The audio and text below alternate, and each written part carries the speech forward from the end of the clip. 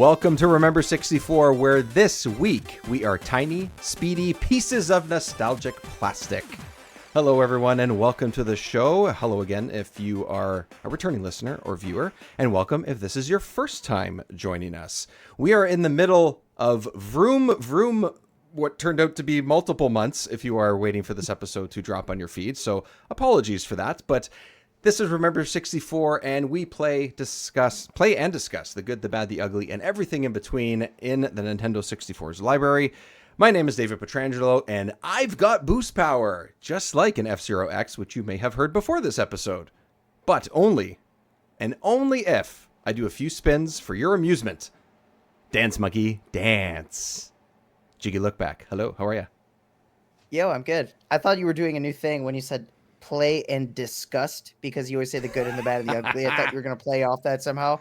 But no, you just said it wrong. So. Spoiler, yes. Play and disgust. Play in disgust. That is only Power Rangers. Disgust. That is only the Power good, Rangers. The bad, and the ugly. No, spoiler alert, I am not disgusted with Hot Wheels Turbo Racing, which is what we're talking about this week. So if anyone has been sort of keeping tabs, at least in order with the episodes, I'm just going to say up front, it's on me. I was moving, and the last month just got crazy hectic, and we just weren't able to sit down and do this. So the second episode of the 3 that we are doing for racing games in this, I guess, 2-month stretch now at this point. So level 72 is Hot Wheels Turbo Racing. We have already recorded our next episode, which is Star Wars Episode 1 Racer. That's right. It's not Pod Racer. Yes. Don't fill it in. Your brain likes to fix it. Yeah. It doesn't need to be fixed. Yeah. So that one's coming up. We recorded that roughly a month ago. So that's really funny. And we mentioned the fact that the name makes no sense, and it's all just a rights thing, I think, is really all it came down to. Very long discussion about the name. I know. Right?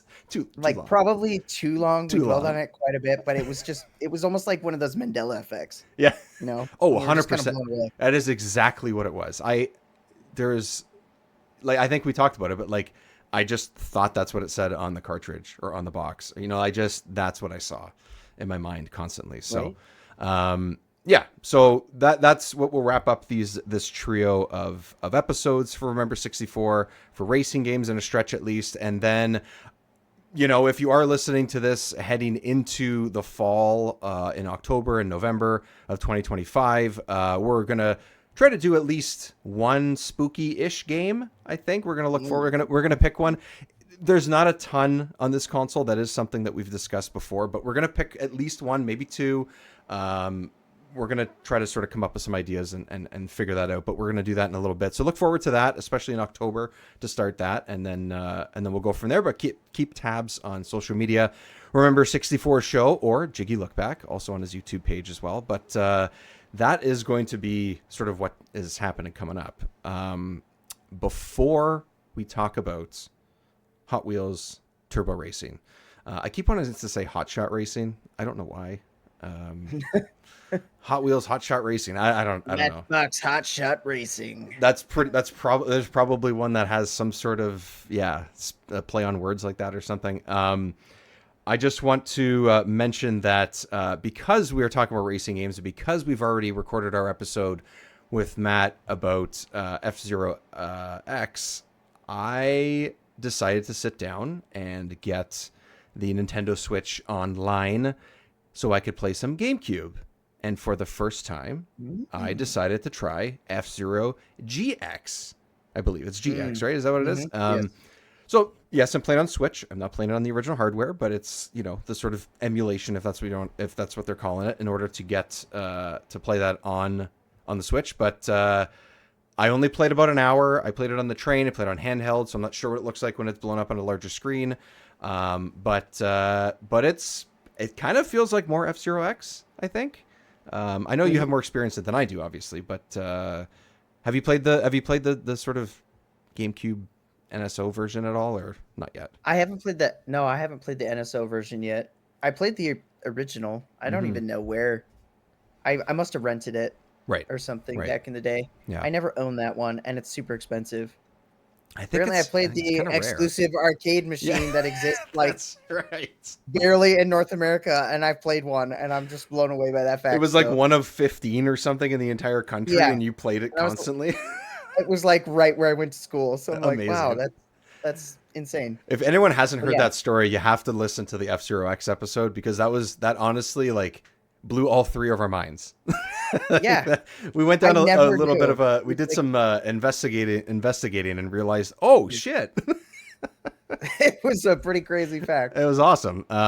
Anyways, I just wanted to mention it because I liked it. I thought it was pretty good. I think I had to play around with the settings a little bit. I thought the control layout, at least on the Switch controller, didn't really feel great Oh, because the boost was like the gas is B. No, the gas is B, which is on the right side, right? I always get it mixed up with the Nintendo controllers.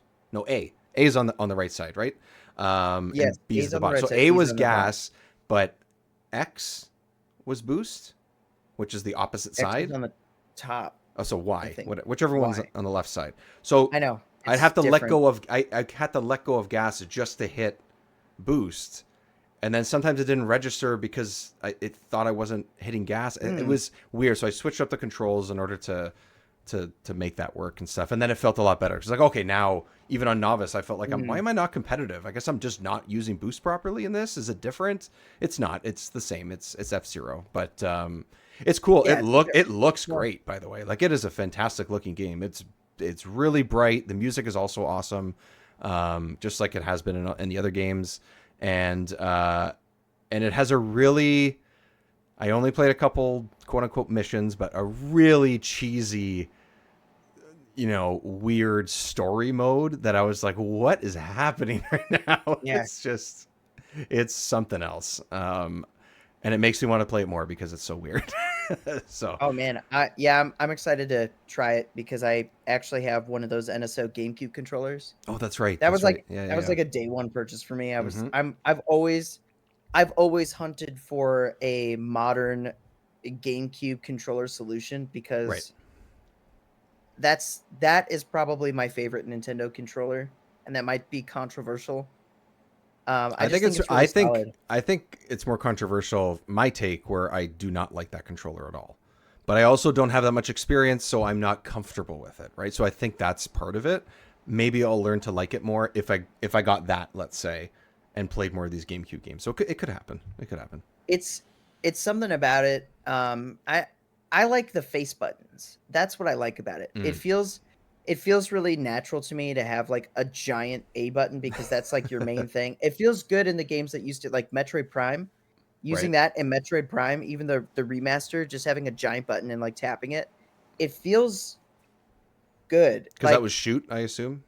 yeah, And that it, was yeah. shoot as Okay. opposed to like the triggers, which are analog, which is another thing that's awesome. Yeah.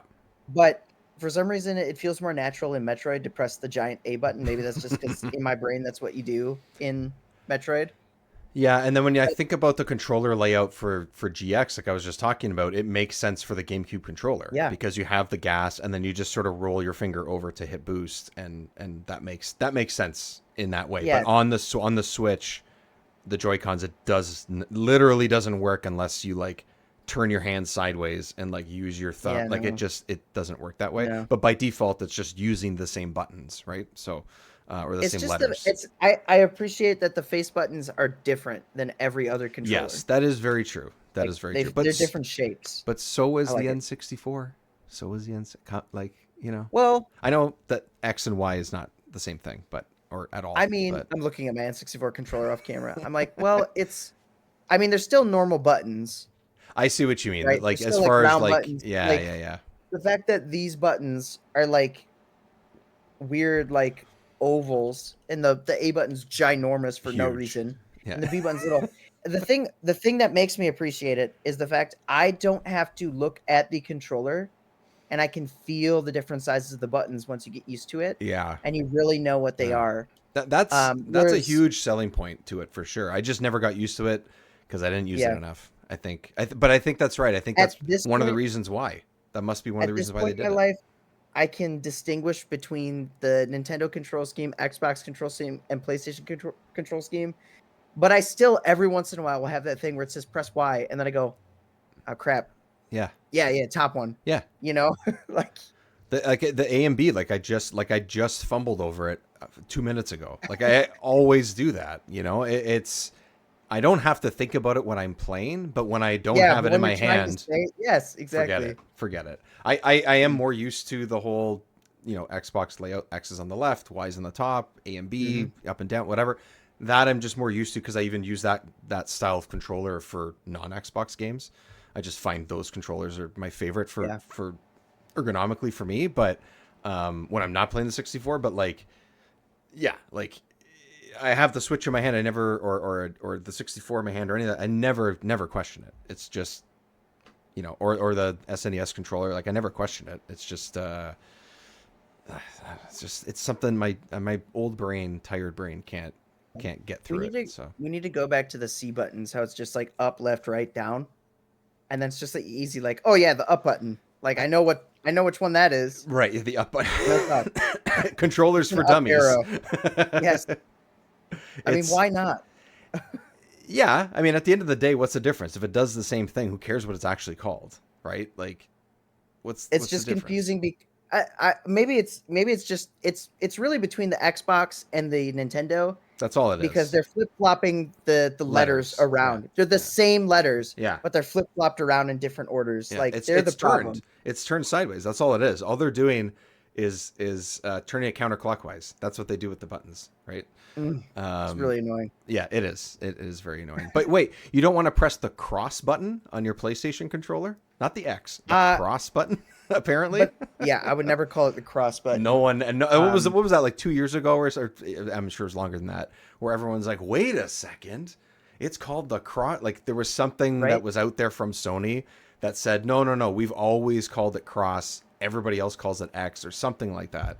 And I'm It's like, yeah. come on, dudes, no. I remember it being a thing, and I remember there also was a thing about how some games would use O as accept or circle Oh, as accept. brutal. And I'd be like, that's tragedy. Like, No. just use everyone knows that the X button, not cross, is accept and O is back. It feels more natural. It Yeah. feels right. It's X, square, triangle, and circle. That's what it is. That's it. Yes. That's what it is. Yes. Stop it. Stop it. Stop it. Stop it. Geometry. Geometry. And Yes. also the circle or O button or whatever you want to call it is also red or like red-ish, which is typically the B button Red or means back. back or stop or on just games in general, not an Xbox controller, just games in general. That Except button. it's start on N64. Well, except for that, I guess, yeah. But aside from like generally that's like where everyone's head is at. The assumption is that's where it's going to be. Anyways, controllers, GameCube, Hot Wheels. Let's talk Hot Wheels. Okay, so one more thing. I have a little game for Jiggy at the end. I gave him a very little idea of what it is. I just want to tease it ahead because I think it's something fun. I'm going to play him a clip of something and do a little quiz kind of thing. We're going to just try something new, see if it works. Hopefully it does. If it doesn't, we'll move on. But I want to try something different. So a little bit of a pop quiz hot shot for Jiggy in a little bit. So stay tuned for that. Yeah. Okay. So Hot Wheels Turbo Racing. I'm going to say right now, I don't think I ever played this growing up. I don't think so. It's very possible I did and I just don't remember, or it was like a one weekend rental sort of dealio or something. But I know you played this quite a bit, Jiggy. This was like one of the ideas of a racing game we wanted to do, let's say a year ago. It was a while ago, right? That we've sort of been talking about playing this. And a lot of that is because you played it in the past. Yeah. I mean, as many of you know, who maybe you don't know, but if you've listened to the podcast, I always have a story for games that we play. Yes, you have a story. Yes. And I Hot usually Wheels don't. Turbo And that's my Racing, problem. honestly, is in the bin of games that I acquired from a movie rental store closeout.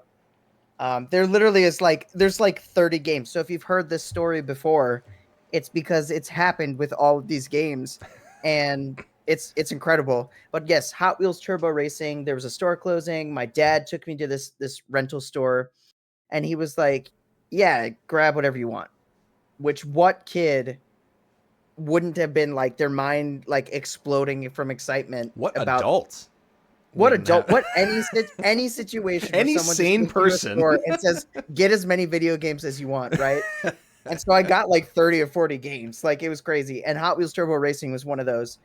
And I normally did not latch onto racing games Right. that weren't. I should preface that I didn't latch onto racing games that weren't like Nintendo ones, because I did play like Diddy Kong Racing and Mario Kart, F-Zero. I played those, but I never really sat there and got into racing games as a kid. And for some reason, this game struck a chord with me, and I played the crap out of it. It's the combination of the ludicrous like turbo function, going off ramps and doing flips, and also hunting for the mystery cars. I really enjoyed hunting for the mystery cars. Yeah, and honestly, unless you told me about that before we started talking about that we were going to play this, You may I not have known. I didn't know. I didn't know it was a thing. So I did look up a couple of those. I'll talk about it in a little bit, but I did end up looking those up and being like, oh, that is cool. Like I thought that was a cool Yeah, thing, and something that I'm glad that you mentioned because you kind of have to. I feel like you have to know, otherwise it's really hard to locate those things and stuff. But it is a yeah. cool You idea. really have to look for them. Yeah, You really have to look yeah. for them. You have to And go into that race specifically for that reason.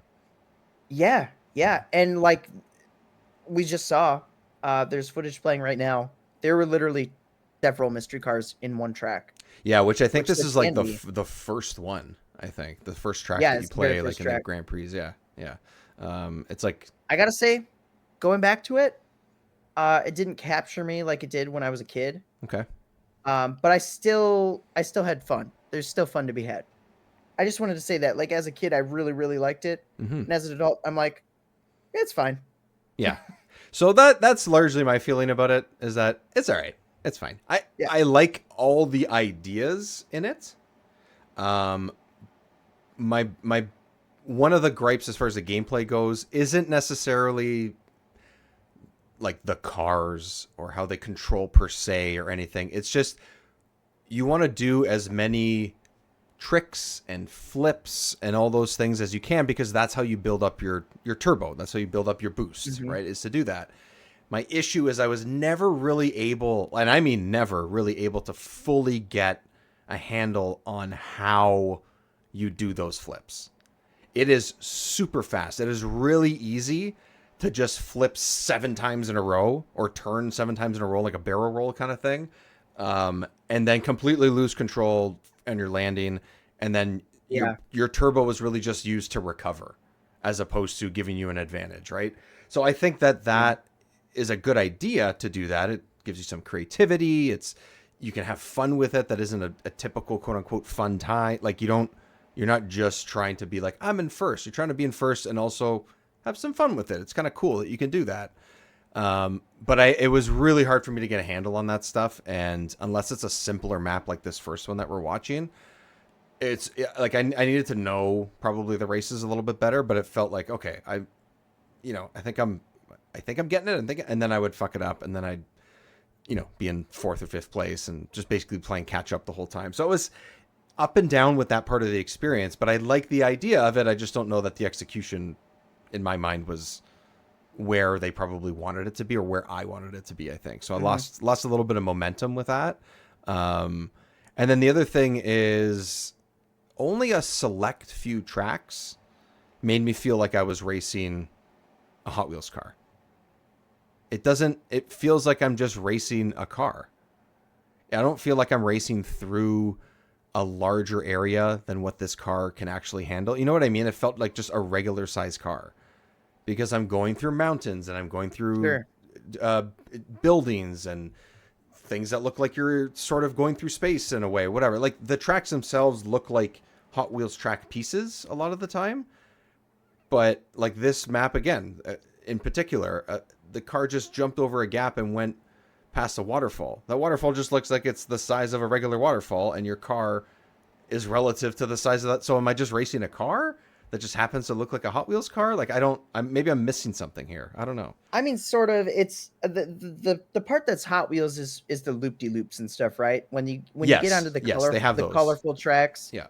they try to replicate those tracks you had as a kid, that you Hmm. had like 40 orange pieces that you would like lay out in different ways. And somehow the car would just get stuck in the middle of it and it'd make no sense. You'd be like, what? Like what? I And thought I that did it kind of right. happens in here. They really captured that experience. Yeah, because that can happen. Yeah, that's true. I'll be honest. The only thing I think, like the flipping mechanics and stuff, it is hard to grasp.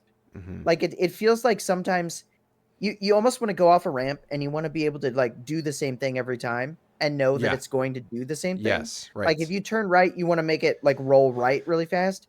It doesn't always do that. There's like some weird momentum thing. Like depending on how you left the ramp, yes, you'll spin faster in specific directions versus what you did, and that does vary a little bit with whatever vehicle you pick.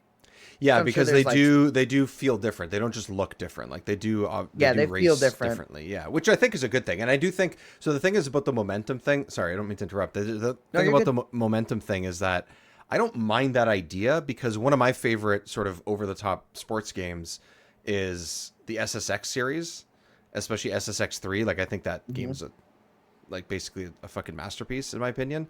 One of the best sports games ever made, if not my favorite. And that is as over the top and crazy as that is, and it's supposed to be. You do need to think about how you're prepping your jump on that snowboard before you go over it, even though you're going to go 30 feet in the air, 100 feet in the air kind of thing. So like I'm used to sort of anticipating that. I just don't, you're right. I don't know that it felt natural enough when I was doing it. Yeah, it just doesn't quite feel intuitive. Yeah. When you're doing stuff. Like even this guy, he just did a thing and then he landed, looked like he was pulling off a good trick and he landed backwards. And it's like, okay, I get it. That's part of the skill, but like, ugh. He's got to get his turbo. Yeah. Actually, for me, the issue that I particularly had, because you don't have to do flips. You could just land and you'll still generate turbo, just not as much. Not as much. Yeah, that's true. But the issue I had was the tracks, like the width of the track. Mm-hmm. It's small. And so if you get into a specific section of track where you have like maybe a couple racers on at the same time, you'll all sort of pile up and like you could be moving fast, but you can't get past them. Right. And I don't like that part. Right. That's the thing that completely limits track. you, even though you have that momentum. You've caught up to the group, and then now you're just part of the group, and you can't get past them. We like you need to look for an opening where you can like squeeze past them or like go above them on the next ramp. But it's a little irritating to be turboing and all of a sudden you're like stuck because you're stuck behind a slowpoke. It's a little too realistic in that way. Right. And as someone who lives in North Carolina, the roads are really like thin. They're not wide. Where I came from, the roads were so wide. And now 7 lanes wide. And, like just yeah, and now it's like they're so tight. Like I'm moving away so I don't hit somebody's garbage bin, and someone else is like coming over and like driving across into my lane, and I'm just like, dude, like stop. This is like an everyday occurrence. It is awful. I will say my experience in a lot of mid-US neighborhoods, just because that's where some of my family has been for the last 15 years, is roads on an average subdivision or group of homes or whatever is much wider in the US than it is here where I grew up near Toronto and stuff. And it's not tiny here. Even now, like I moved to a new house. If anyone's watching, I have a new background. Yay! Or new looking background. Yay! I'm in a new house. It's chaotic. This is the only room that is fully set up because priorities. But my wife immediately that'll come later. What the kitchen? Who needs a kitchen? The road here is wider than the road we were on before, but there wasn't a house across from us before, but so now there's more cars parked on the road, and now it feels like a tight road sometimes, and people are doing it. That's fine. Park on the road. It's like whatever. I'm not upset about it or whatever, but like I noticed that too, and I go, oh, well, for the past 5 years, I haven't had to worry about that. Now I do. Yeah. It's just like, yep. And then why does a Hot Wheels game have to give me that feeling? Why? Why is it? That's the whole point, is that it doesn't. Yeah. It's actually, I'm going to actually play because I want to hear some of the sound. I want to hear the music. I think we can hear this. Oh, yeah. This is like menu music. I think it actually cycles through a bunch of different tracks, right? Yeah, there's a few. I think this is like the first one that plays or something, or I don't know if it's always the same order, but the way this sounds and just what this type of music is feels so much like an arcade. It feels like I'm sitting down at one of the games with the wheel and the pedals, and like this is the type of sound that I would hear. Is this? It is very, very much feels like it's straight out of an arcade. Ooh, listen to those rumbles. Yeah. Ooh. And the music still goes. 3, 2, 1, go! Yeah, let's just talk about that narrator for a second, because he is a highlight. Yes, I agree. He is an absolute highlight. Hot Wheels Turbo Racing. Like, he didn't have to go as hard as he is. Again, very much a arcade feeling. You put your quarters in, Hot Wheels. Like, that's what it would feel like. Yeah. Every quarter you put in, he goes, Hot Wheels, Hot Wheels, Hot Wheels, Hot Wheels. Put in Turbo. more money. Yeah. Give me your money. Give me your allowance. Highlight for sure. Highlight for sure. I agree. You gotta have fun with it, right? Yeah, absolutely. It's one of those 90s games that goes for 90s attitude. You know, it's like Absolutely. That's what it's doing. In some ways reminds me a little bit. This was let me just see. This was, I believe, 1999. So not late, but not early into the life cycle of the 64. Not quite in the last year, but the latter half or latter third, I would say. Like, oh shit, what was I just gonna say? I totally forgot I was reading something. I don't know what you were gonna say. You said 1999. 99 Hot Wheels attitude. It'll come to me. Probably not, but it'll come to me. This really is the peak of Hot Wheels, though. Like the 90s. 90s, yes, yeah. Honestly, did you have because of our age difference? There is a difference in if this would be if Hot Wheels or something like Hot Wheels, a toy like Hot Wheels, would be in your wheelhouse at this age for you. I had Hot Wheels. It wasn't really like a big deal for me. I wasn't really like a big into cars sort of a kid. Right. Actually, funny enough, my dad had a very massive Hot Wheels collection. My dad, for some reason, it's like something he collected from when he was like younger. And he just was like collecting them all. He had tons of like little collector boxes, and he'd stick them all in. Yep. He just loved it. Yep. I that doesn't surprise me because Hot Wheels wasn't massive for me either. I had a few because like, oh, that one looks cool. That's kind of it. Like I never had. Yeah. I think I had like one track growing up, and it would have been one of those ones when I was like 6 or 7 years old, and it was just simple. It was just simple. It would be like, okay, you attach it to like the windowsill, and it has one loop, and then it flies off the edge. Like that's kind of it, right? A very simple thing. But then we also had video games, so that was our toy. That's it. That's the thing. Yeah. If I didn't have video games, I probably would have been into that more because I would love the idea of like launching them off like ramps and stuff. It's fun. It's a cool idea. What you do in this game would be fun if you did it with a toy in real life. I get it. Like I do get it. I don't know. I gotta say, I'm very, very highly interested in the people that are basically recreating the CERN Hadron Collider with Hot Wheels stuff. Oh, I didn't know about this. Yeah, you seen this? No. I'm just sort of being funny about the recreating that project. Oh, it's like I don't know what they're doing, like opening a black hole or something, whatever they're doing. It's like what? But they literally take the Hot Wheels tracks, and they have like those battery powered accelerators. Yes, the car like rubber wheels or whatever. Accelerate. So they strap like 4 of those into a track that loops around in a circle, and then they put the Hot Wheels in, and it goes vroom, vroom, vroom, and it just goes fast until it's like the speed of light, and everyone should be afraid for their life that's in the like vicinity of this thing. But it's so entertaining to watch. That's crazy. So entertaining. I gotta watch that then. I don't know. I mean, maybe I had seen it in the past or something like that. I mean, it makes sense. Why wouldn't you try something like that? Like that's. I totally would. Yeah. See, that's the thing. Like, but we had other options, I think. So when you said like your dad had a bunch, I had an uncle. I had a cousin that had a bunch of these and had a couple different tracks, and we would put them together when I went to their place and stuff. And they lived in a different part of the region and stuff, so I wasn't there all the time. But like my uncle, who is sort of like kind of like the car and hunting guy in our family.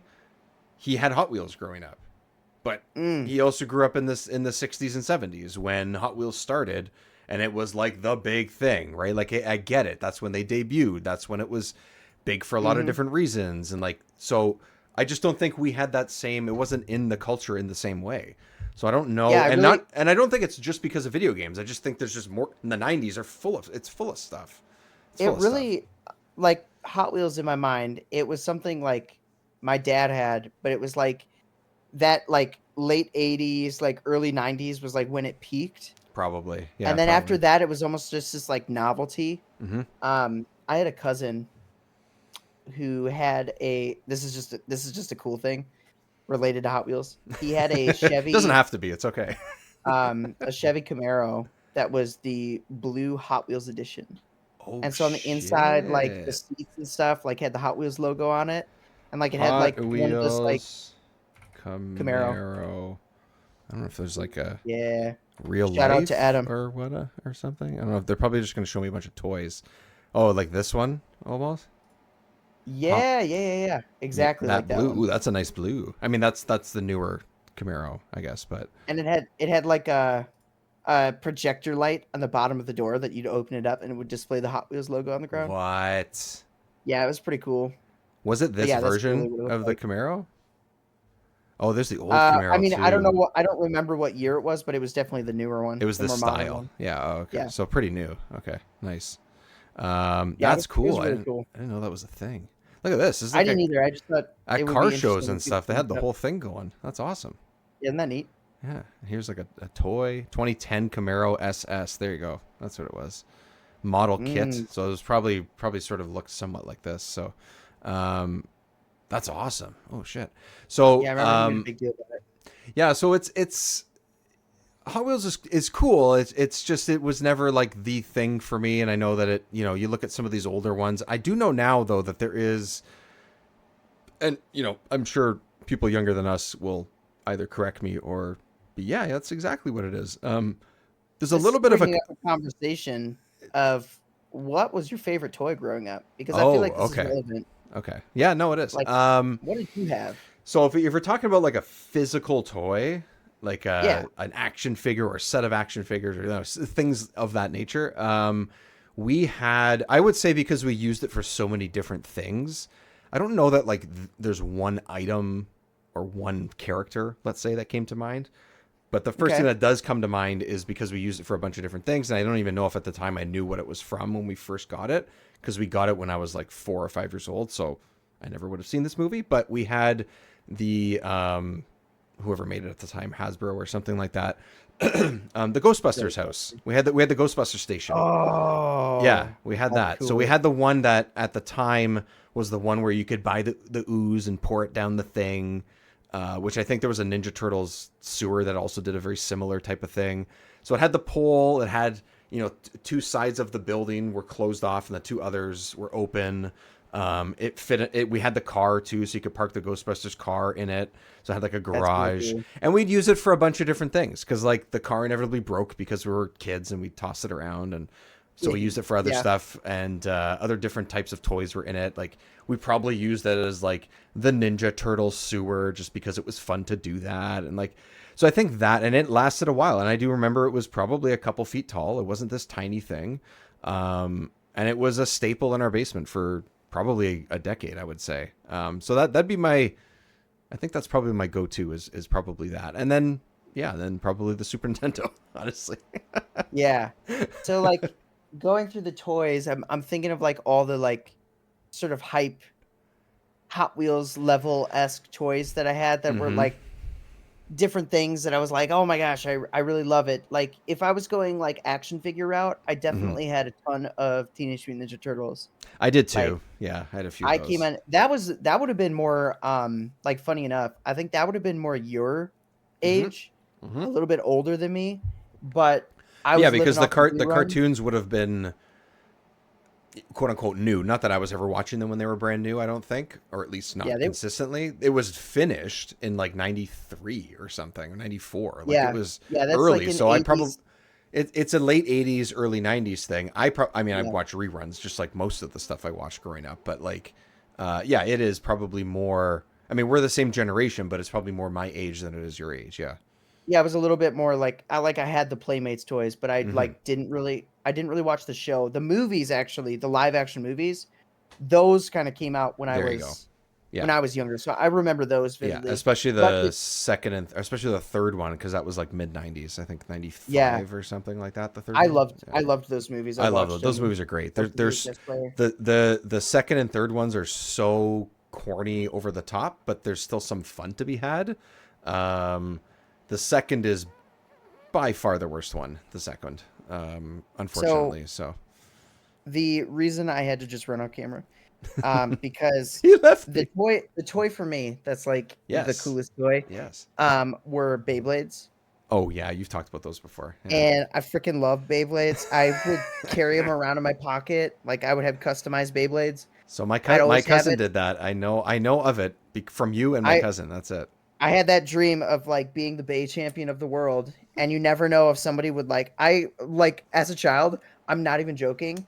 I legitimately thought someone would randomly challenge me to a Bay battle, like if I was out in public, and so I always had to have my Beyblade on They me. didn't, Well, my friends did, but like, but like no one but else they did. didn't stand a chance. But I mean, I'd be everywhere. I'd be at school, at church, Yeah. at home, like the backyard, the skate park, like anywhere that had some surface that I knew I could launch my Beyblade on, that Beyblade was getting launched on.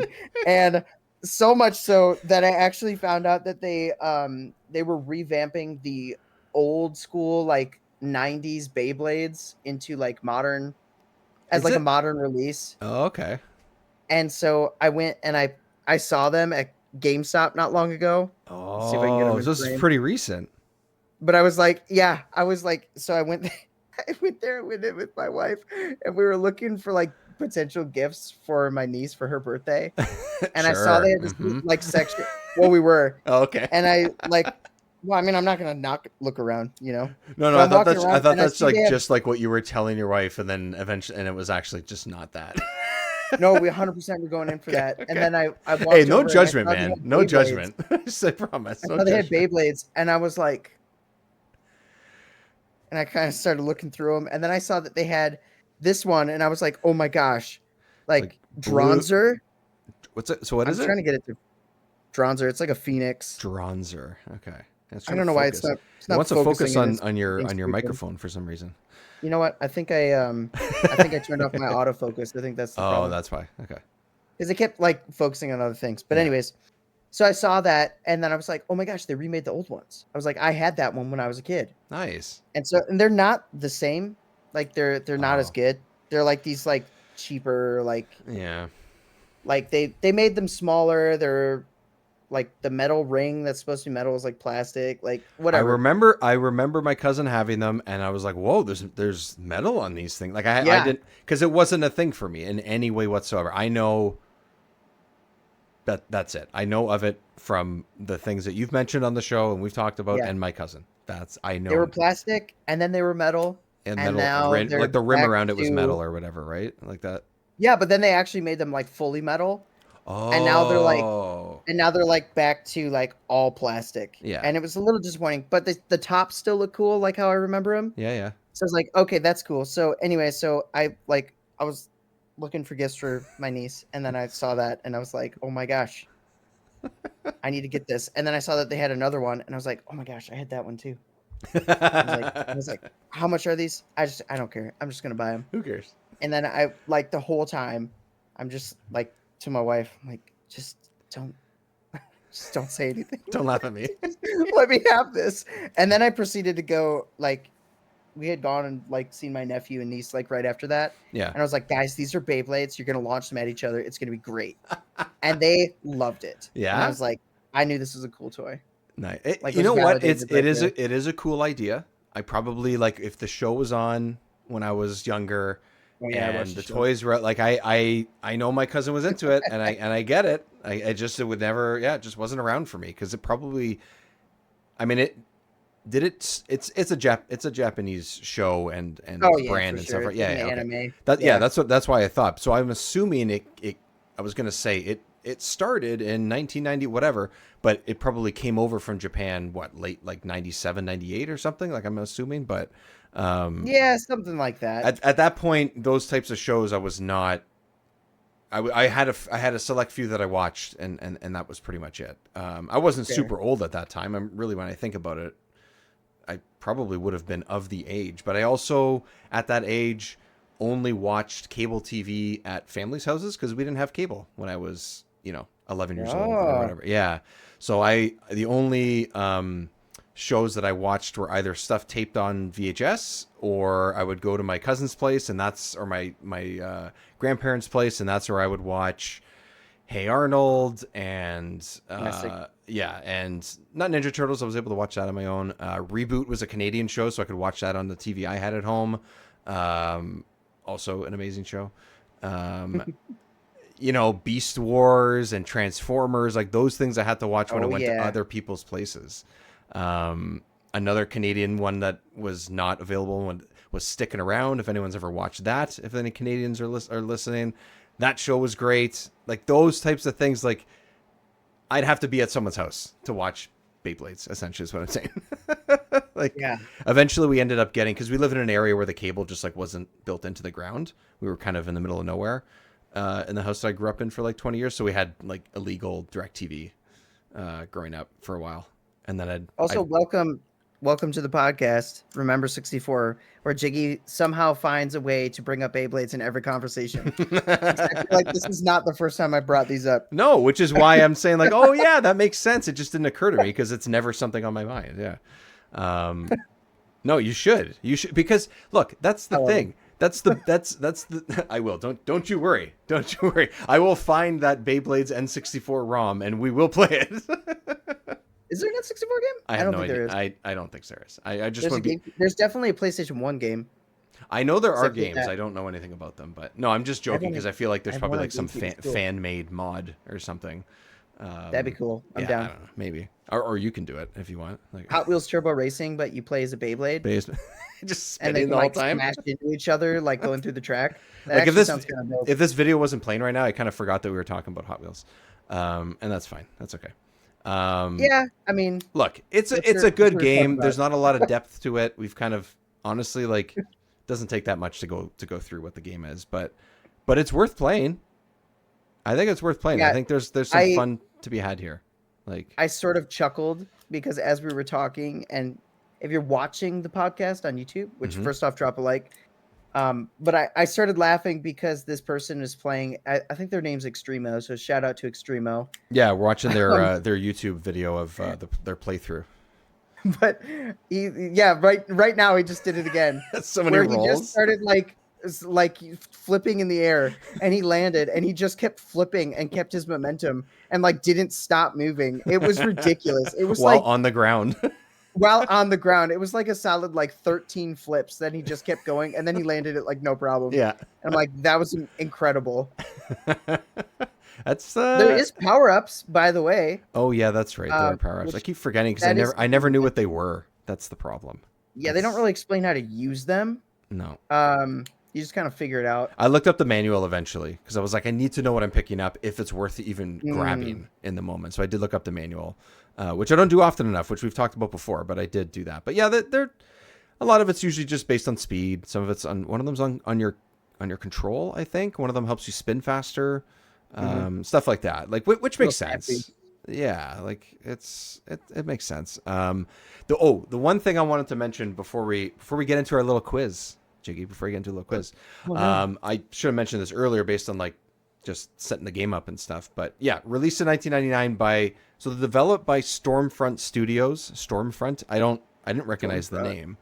But the reason why I wanted to make sure I wrote it down and bring it up is because they actually made a lot of interesting stuff before this and then a pretty interesting game after this. So they won a bunch of awards before this, but in like 92-ish, around that time, because they were one of the teams that helped develop Neverwinter Nights, which if anyone knows D&D, which I don't know that much of, Neverwinter Nights is just a game that I played. The second one is a game I played on PC growing up, but it's a D&D game, But this game in particular, the reason why it won a bunch of awards and was released in 91, I have written down, it was the first online PC game to actually display graphics of any kind. Because before this, anything that had any kind of like online connection in any way whatsoever would just be text-based and might have like, you know, a little photo of a character or something at the most.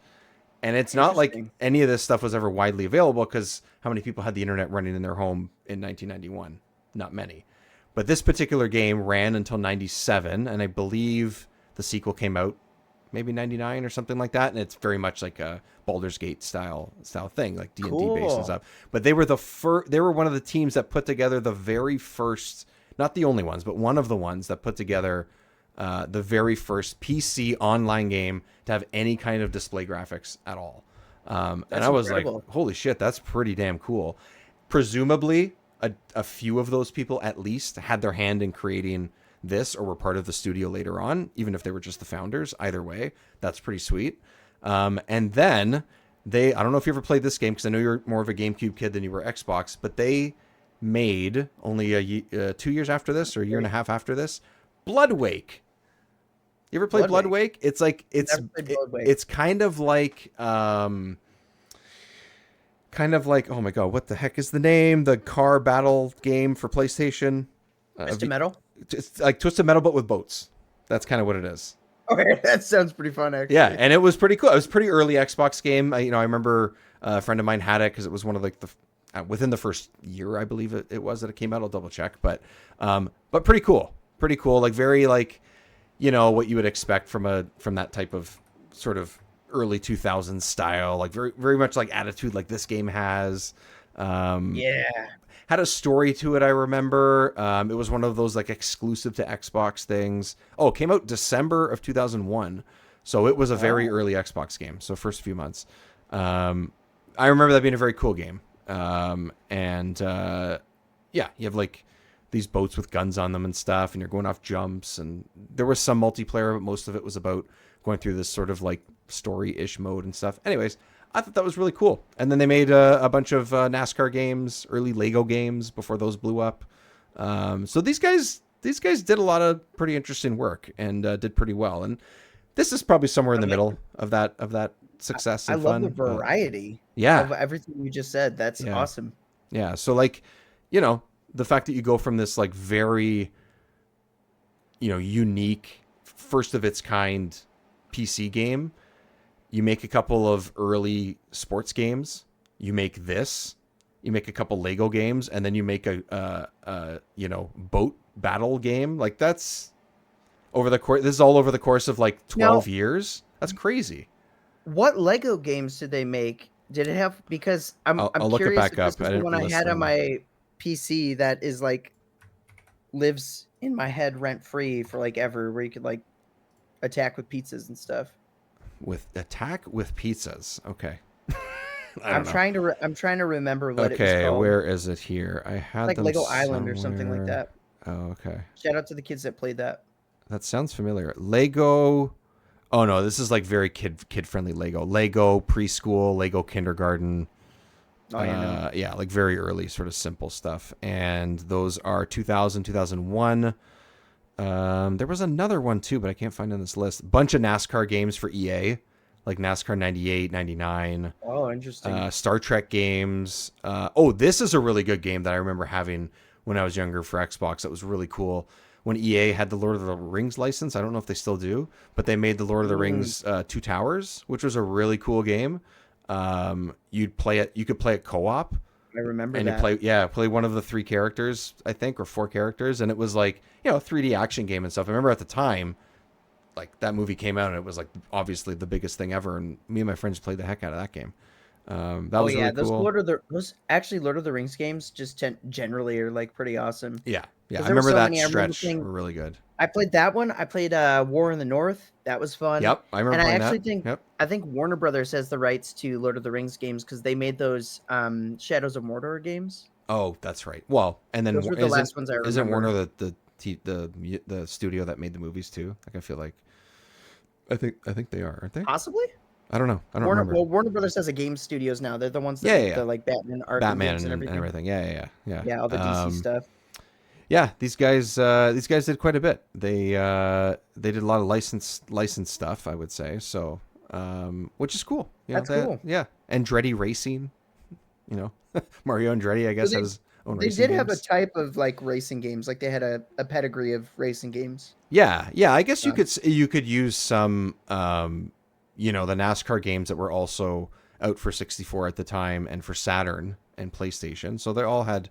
It was across the board.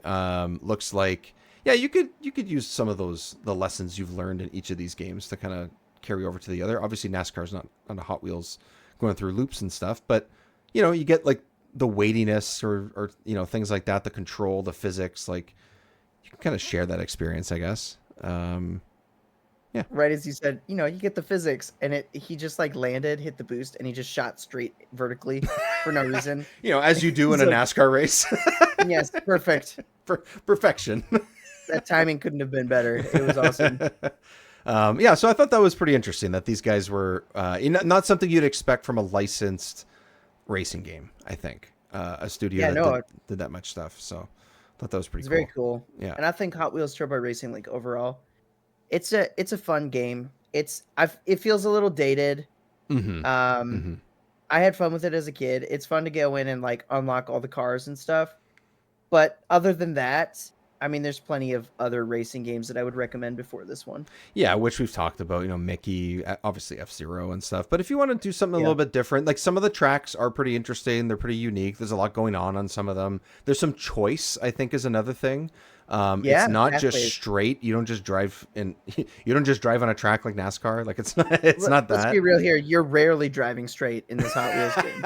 Like you would hope true. You would be, but even if you're trying to, you're probably not. You're probably not. Yeah. There's quite especially later on when you do a few more other tracks and Grand Prix sort of styles and stuff. There's some pretty interesting tracks. Again, I never felt like I was racing a toy, but at least they did something interesting with it. At least for me, I never felt that way. So there's some fun to be had here. There's obviously better games, but that doesn't mean there's nothing you can take away from this. So pretty cool. But if you're listening to this and reaching for the next racing game or the final in this stretch, Pod Racer is up next. That's right. I'm calling it Pod Racer. And we had a really good time playing that and talking about it. Covered a lot of different things in it, and including the name and how it should be called, Pod Racer. So, okay, so let's get to. I'm going to pause this and bring up a different window with you, Jiggy. It's time for a quiz. Okay. Let me. Feels like the end of Banjo-Kazooie. Oh man, I should have had that music pulled up. That would have been great. Damn it. Yeah. Oh, jeez. Thank you for doing that. Okay. There we go. I put it in like a little YouTube video thing, and I couldn't figure out how to work it otherwise. So, okay, I'm going to play. Okay. So this is how this is going to work. The way I wrote this down on my thing, because I can't come up with a clever name just yet, gets that 64-bit tune. That's what it's going to be called. Oh boy. And they're all N64 games. So there's two pieces of music here. I think each one, I don't have exactly how long each one is. They're roughly 20, 25 seconds. If I can stop it, I can replay it, whatever you want. Okay. And they're both N64 games, and they are both not directly. I would say that they don't have any sound effects in them for now. For this particular time that we're doing this, it's just the music, which may make it a little more difficult depending on how you hear it and if it makes any sense. But we'll adjust as we go on if this ends up being something that we keep doing. But I just thought I'd try it. I thought it'd be fun, a way to hear some music that's not from the game that we're playing and covering this week. So I'm going to play the first one. You can tell me to pause it. You can tell me to go back, whatever. And then I'm going to give you four choices. Yes, there it is. I'm going to give you four choices after. I'm going to play it for a few seconds, and I'll give you multiple choice. And then if you want me to replay it, I'll replay it because I got it in front of me. So, okay, here's the first one.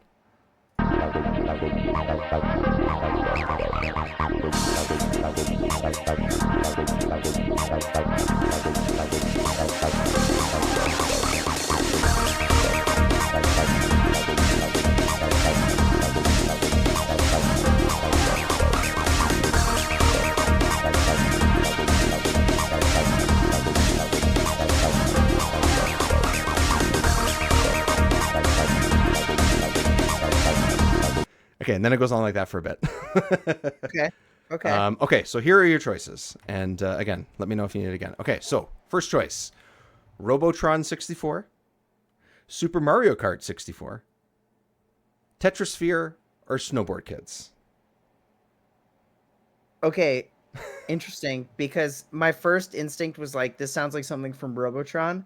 Oh, But okay. when they started like singing, I was like, it sort of reminds me of Snowboard Kids. Oh, okay. And the fact that both of those are an option for me kind Wow. of Oh, sucks. so you're. Oh, I see Now what I'm you mean. like, Oh, wow. Geez, and I it might see. not be either of those. It Okay. might be Tetrasphere because it All right. it sort of fits. Play it a little bit more. Yeah. Let me hear a little bit more. Yeah. Can't listen to it.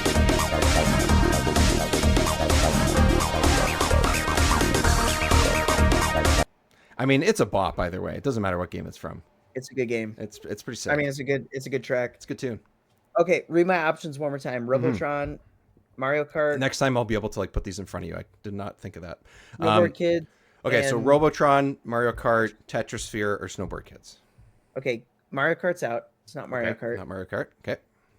It could potentially be any one of these other ones. That's honestly that's exactly what I was thinking when I made that list. Oh man. I am gonna lean into it not being Snowboard Kids, and I'm gonna Okay. take that one out. Okay. So it's between Robotron and Tetrasphere, and I'm trying to think. Because My we played instinct- Tetrasphere. If anybody has not, Right. Robotron's one we've talked about, and I've played a few minutes of, which again we've talked about that I did that. Tetrasphere is an episode that we had earlier this year. Robotron's one that we haven't played, at least for the show at least. So My gut instinct told me it was Robotron right at the beginning. okay. I was like, this sounds like something from Robotron. Now the question is, do I just go with it, or do I just like pull a 180 and be like, well, my gut's wrong? Is it Tetrasphere. bad that I'm having a great time seeing that you're struggling? Oh yeah, this is tough. I'll tell you what, I'll just go with Yeah. Robotron. My gut said With Robotron. Okay, let's Yep. see if that is correct. I'm just gonna find a soundboard sound that may or may not Oh, no. give you the answer to this. Let's see. We got this one, this one, this one. Bear with me, people. Here we go. Here. Oh no! Eat cow is incorrect. It is it Tetrasphere? Tetrasphere. It is Tetrasphere. Ah. Yeah. I was just looking up some tunes. I remember we really liked the music.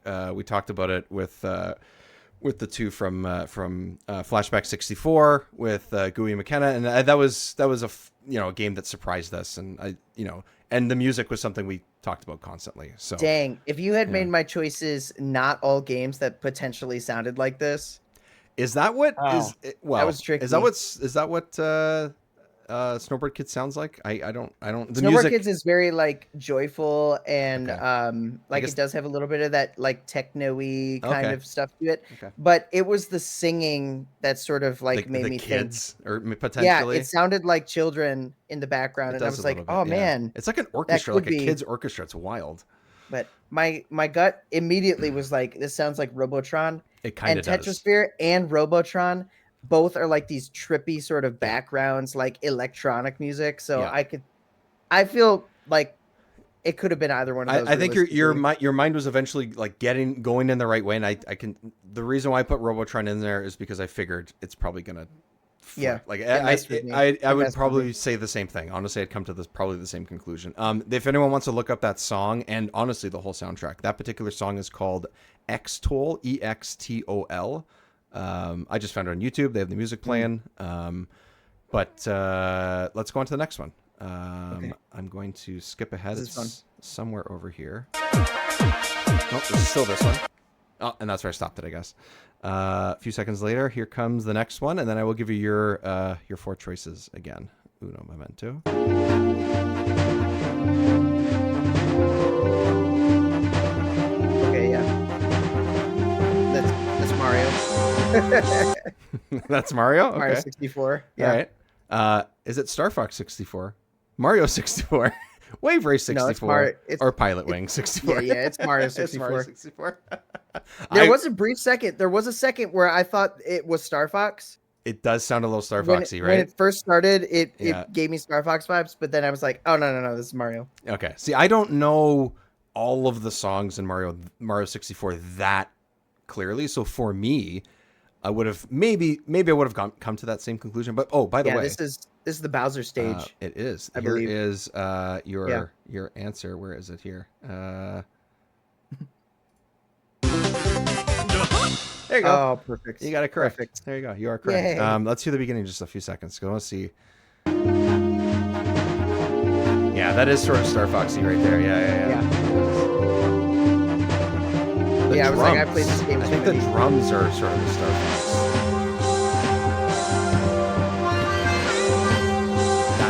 That's very Bowser. That's Mario. Anyways, correct. Every N64 fan Yay! can get that one. Yeah. So that is our little game that we played, everybody. Yay for Jiggy. Good job, buddy. Nice. Okay, 50-50. I felt 50-50. I was pretty close with that first one though. You were pretty close. That was a tricky one. Yeah. I went with the trippy music and the 64 rave music. That's kind of what it is.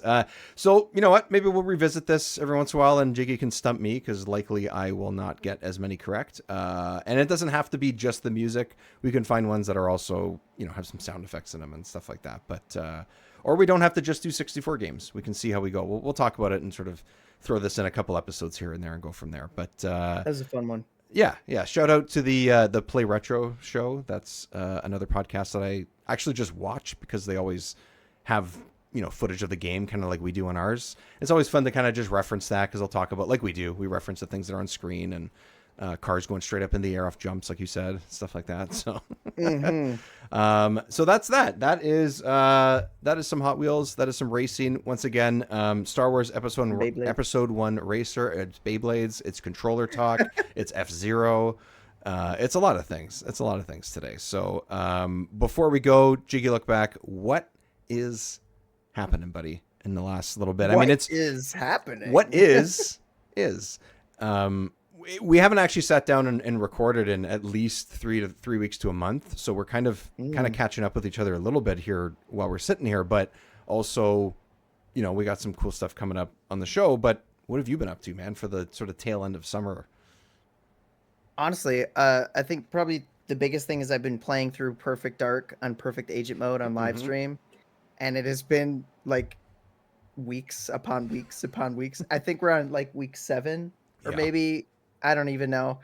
It's daunting, but I've been just probably like 20 hours or something. I'm assuming something like that. This is something I don't think I ever would have done, and for some reason I just decided I'm gonna try it, and I did one level in Perfect Agent, and I was just like, you know what? I'm gonna dedicate my life to this. I'm gonna make this happen. So that's been fun. Hey man, everybody makes mistakes. That's okay. It happens. Right. I'm never gonna. I already made it clear to everyone. I'm like, guys, eventually we're gonna be going through GoldenEye, and I will not be doing this with GoldenEye. Like, we're gonna be just having fun. Yeah. Like, yeah. I mean, it is fun. It is fun, and it's cool to see. The cool thing about playing on these higher difficulties is you get more missions and more stuff to do that I've never done before. Right. That's something, part of the draw. That's something that Perfect Dark does, and not a lot of games do. Of that era, at least. So I'm like getting the full Perfect Dark experience, and I'm becoming the perfect agent. So no big deal. My mom says I'm the perfect agent. I bet your mom does. Your mom says I'm the perfect agent too. Oh God, here we go. I don't know what that means. Your mom is your mom says it. We're just gonna move on past that one. It's fine. I drew attention to it, not you. So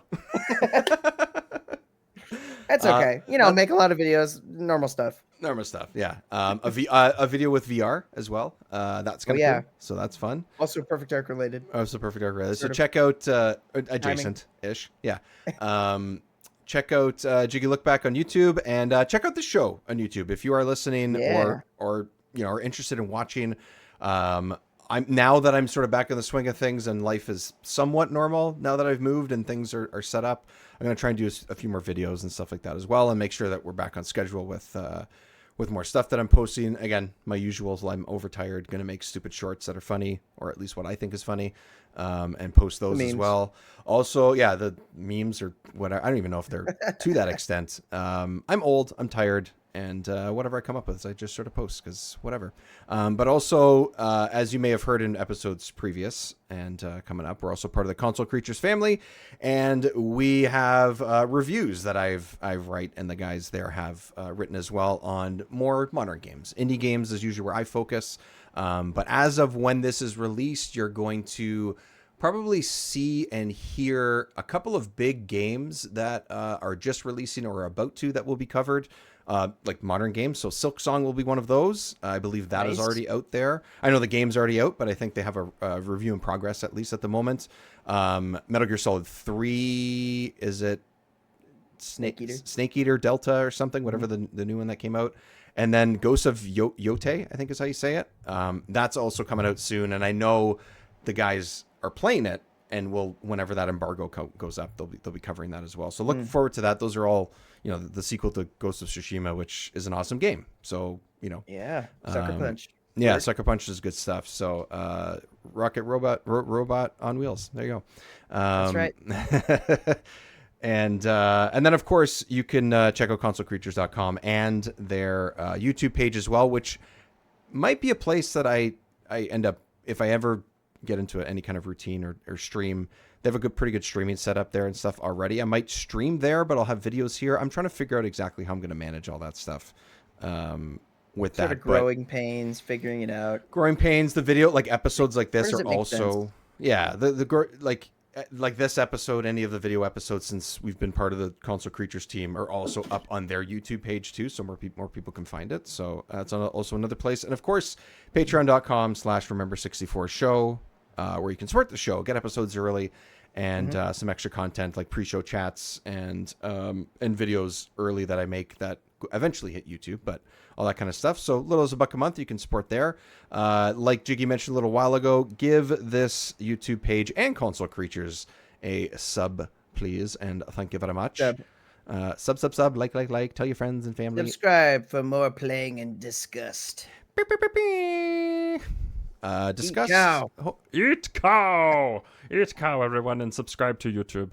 And remember 64 Show on social media. That's where you'll find everything. Jiggy look back across the board as well, and we're gonna get some. It's just like I don't know. I did this. I meant to just hold up peace, but I did this, and I was like, "What the?" Didn't do the just like Star muscle.